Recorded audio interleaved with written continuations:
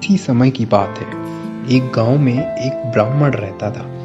उसकी माँ बहुत बूढ़ी हो गई थी। बूढ़ी माँ अपने पुत्र को बहुत प्यार करती थी और ब्राह्मण पुत्र भी अपनी माँ की हर बात मानता था। एक दिन ब्राह्मण को पूजा पाठ करने पास के दूसरे गांव जाना था। ब्राह्मण ने यह बात अपनी माँ को बतलाई। बूढ़ी माँ बोली, बेटा बाहर जा रहे हो, अकेले मत जाना, किसी को साथ ले जाना।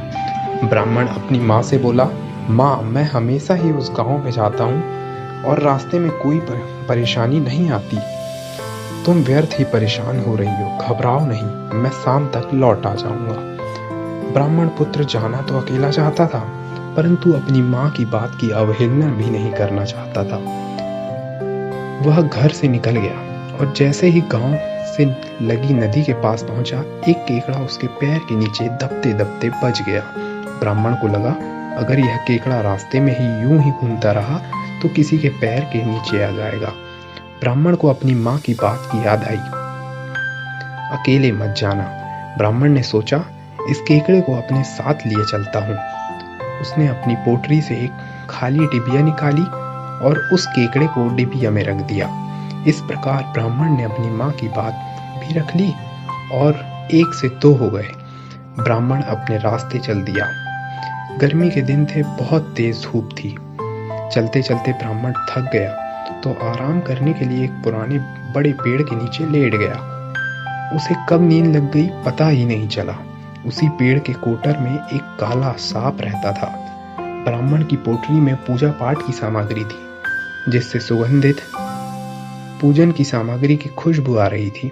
काला सर्प अपने पोटर से निकलकर पोटरी में घुस गया और उसमें रखी सामग्री में खाने की सामग्री ढूंढने लगा, जिससे पोटरी में रखा सामान गिर गया और केकड़े की डिबिया भी खुल गई। सांप जैसे ही केकड़े को खाने आगे बढ़ा, केकड़े ने अपने नुकीले डंक से सांप की गर्दन पे फंसा कर गड़ा दिए।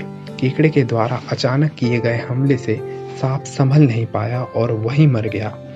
कुछ देर बाद जब ब्राह्मण की नींद खुली तो उसने अपने आसपास सामान बिखरा पाया और पास में ही उसे मृत सांप दिखलाई दिया, जिसकी गर्दन ने डंक के निशान थे और पास में ही केकड़ा घूम रहा था। ब्राह्मण समझ गया कि इस सांप को केकड़े ने मारा है और केकड़े के कारण आज उसकी जान बच गई।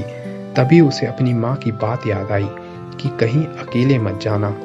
ब्राह्मण ने अपनी जान बचाने के लिए केकड़े का धन्यवाद किया और वापस जाते समय नदी के पास छोड़ दिया। ब्राह्मण और केकड़े की कहानी से हमें ये शिक्षा मिलती है कि हमेशा अपने माता पिता की बात माननी चाहिए।